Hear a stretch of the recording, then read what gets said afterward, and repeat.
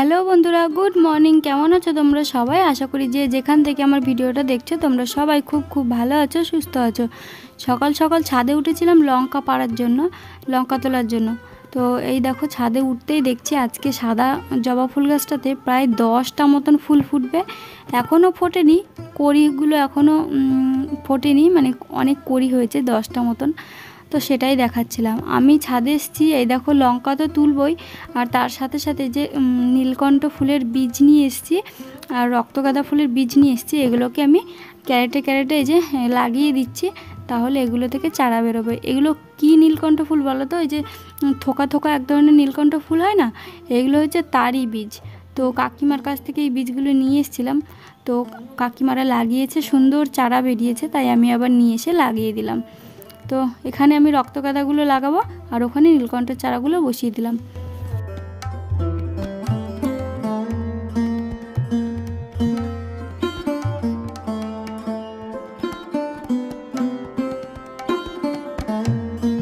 ইচ্ছা করে ছাদে খুব সুন্দর সুন্দর গাছ থাকবে আর সেগুলো দেখেই আমার মন প্রাণ একদম খুশিতে ভরে যাবে, কিন্তু কি বলতো, যত্নই নেওয়া হয় না। বাচ্চা কাচ্চা, সংসারের ঝামেলা, ভিডিও করা, এই করার জন্য আমার ছাদে আসা হয় না। অরিত্রীর বাবাই যা জল টল দেয়, যা করার করে, আমি মাঝে সাঝে আসি, একটু দেখতে আসি, একটুখানি ঘুরতে আসি, এই তো আসি। আগে যখন আমাদের ছাদে ওঠার সিঁড়ি ছিল না, তখন খালি মনে হতো যে কবে ছাদের সিঁড়ি হবে, কবে ছাদে উঠতে পারবো। কিন্তু এখন দেখো সিঁড়ি হয়ে মনে হচ্ছে বিরক্তকর হয়ে উঠেছি, তো মানে উঠতে ইচ্ছাই করে না ছাদে। এটা হচ্ছে যেদিনকে পয়লা বৈশাখ ছিল সেদিনকার ভিডিও, মানে পরের দিন সকালবেলা। তোমাদের সবাইকে শুভ নববর্ষ। হাই, সবাইকে জানাই শুভ নববর্ষ। নববর্ষের অনেক অনেক শুভেচ্ছা ও ভালোবাসা। তো দেখো সকাল সকাল বাজার করে নিয়ে এসছে, মাংস নিয়ে এসছে, আর পাশের বাড়ির এক বান্ধবী মাছ দিল, ঠিক আছে, ধরা মাছ। তো এটা রান্না করব আর এই মাংসটা রান্না করব। ব্যাস, ভাত ওদিকে ফুটে গেছে। তো চলো পরে কথা হবে আবার। আমার মনে হয় আমি তো আগে রান্না করতেই পারতাম না। আগে মানে যখন বিয়ের পর নতুন নতুন তরকারিতে ঝাল লবণ হতোই না, মানে সেরকম ভালো লাগতো না, নিজের কাছেই খেতে ইচ্ছা করতো না, ভালো লাগতো না। কিন্তু এখন আমার মনে হয় যে আমি একটু হলেও শিখে গেছি রান্না করা, মানে অতটাও খারাপ হয় না, ভালোই হয়। তো এই যে বান্ধবী দিয়েছিল, পাশের বাড়ির বান্ধবী, মাছ, তো এই মাছটাকে শুকনো শুকনো করে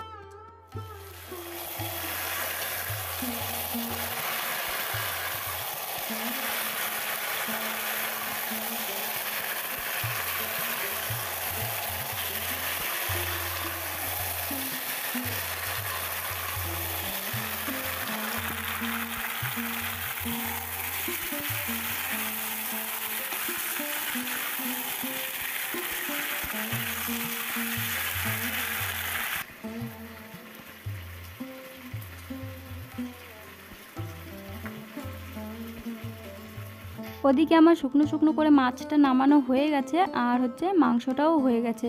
তো এই দেখো চলো মাংসটা ঢেলে নিই। আর ওটা ছিল আগের দিনকার তরকারি একটুখানি। তো এই যে অরিত্রী খুব বিরক্ত করছিল এসে, তো ওর উপরে খুব রেগে যাচ্ছিলাম বারবার। আজকে যেহেতু পয়লা বৈশাখ, তাই আমার শাশুড়িমা সকাল সকাল স্নান করে পুজোটা দিয়ে নিয়েছে, তাই আমি আর পুজোটা দিইনি।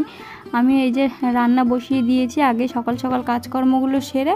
তো এদিকে আমার মাংস রান্না কমপ্লিট হয়েছে। তো এরকমভাবে মাংসটা রান্না করলাম। আর এদিকে দেখো, আরেকটা তোমাদের খারাপ খবর দিই, আমার যে ছাগল দুটো ছিল সেই দুটো আমি বিক্রি করে দিয়েছি, কারণ ওদের একটুখানি অসুখ হয়েছিল, মানে শরীর খারাপ হয়েছিল, ওগুলো বিক্রি করে দিয়েছি।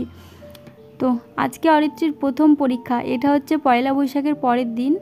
অরিত্রী আজকে জীবনের প্রথম পরীক্ষা দিতে চলেছে। তো অরিত্রীকে আমি নিয়ে যাচ্ছি পরীক্ষা দিতে। 8 ঘন্টা পরীক্ষা হবে, 11:30 থেকে 12টা পর্যন্ত পরীক্ষা। তো ভাবছি কি একেবারে বসে থেকে নিয়ে ওকে বাড়ি আসবো। তো 4-5 দিন পরীক্ষা আছে, তো তাই মানে বসে থেকে নিয়েই বাড়ি আসবো। তো তার জন্য এই দেখো এখন আমি নিজেও স্নান করে নিয়েছি, যা কাজকর্ম ছিল সব করে নিয়েছি, বাবুকে আমার শাশুড়িমার কাছে দিলাম। তো দিয়ে এই যে এখন আমি যাচ্ছি মেয়েকে নিয়ে স্কুলে।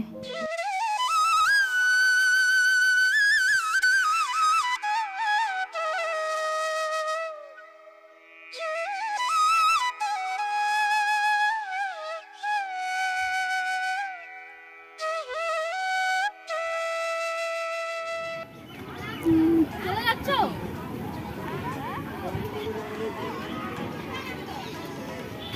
বৃষ্টি হচ্ছে।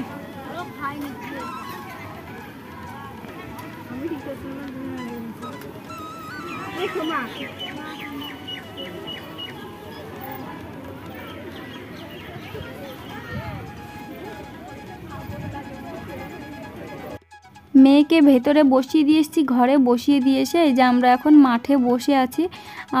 আমার সব বান্ধবীরা মানে সব বাচ্চাদের মায়েরা বসে আছে, আর ভিডিও করে দিচ্ছে আমার এক বান্ধবী।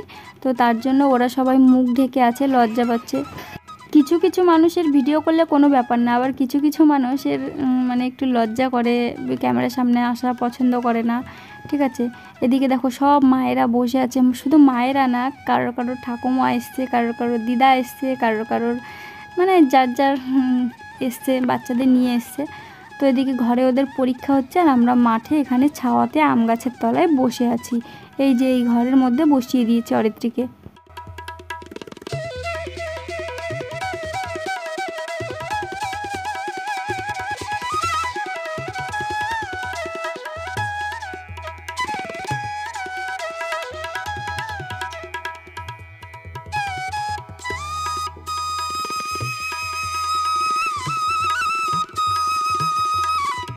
স্কুল থেকে এসে দেখো এসে দেখছি যে জামা কাপড় কয়েকটা শুকিয়ে গেছে। তো সেই জামা কাপড়গুলোকে এখন আমি তুলে নিচ্ছি, বাবুর ক্যাথা টাথা, আর যেগুলো এখনও হালকা হালকা ভিজে রয়েছে তো সেগুলোকে আমি মেলে দিলাম আবার করে উল্টে পাল্টে।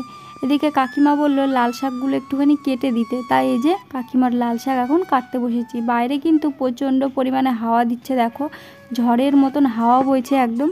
তো বাইরেই বসে বসে কাকিমার শাকটা কেটে দিচ্ছি। আর কাকিমা রান্না করতে দেরি হয়ে গেছে, তো তার জন্য আমাকে বললো একটু শাকটা কেটে দাও। তো আমি তার জন্য কেটে দিলাম। আর অরিত্রী লাল শাক খেতে ভালোবাসে, তাই এখান থেকে কাকিমা রান্না করবে, একটুখানি লাল শাক নেব, তো তার জন্য কেটে দিতে বসেছি।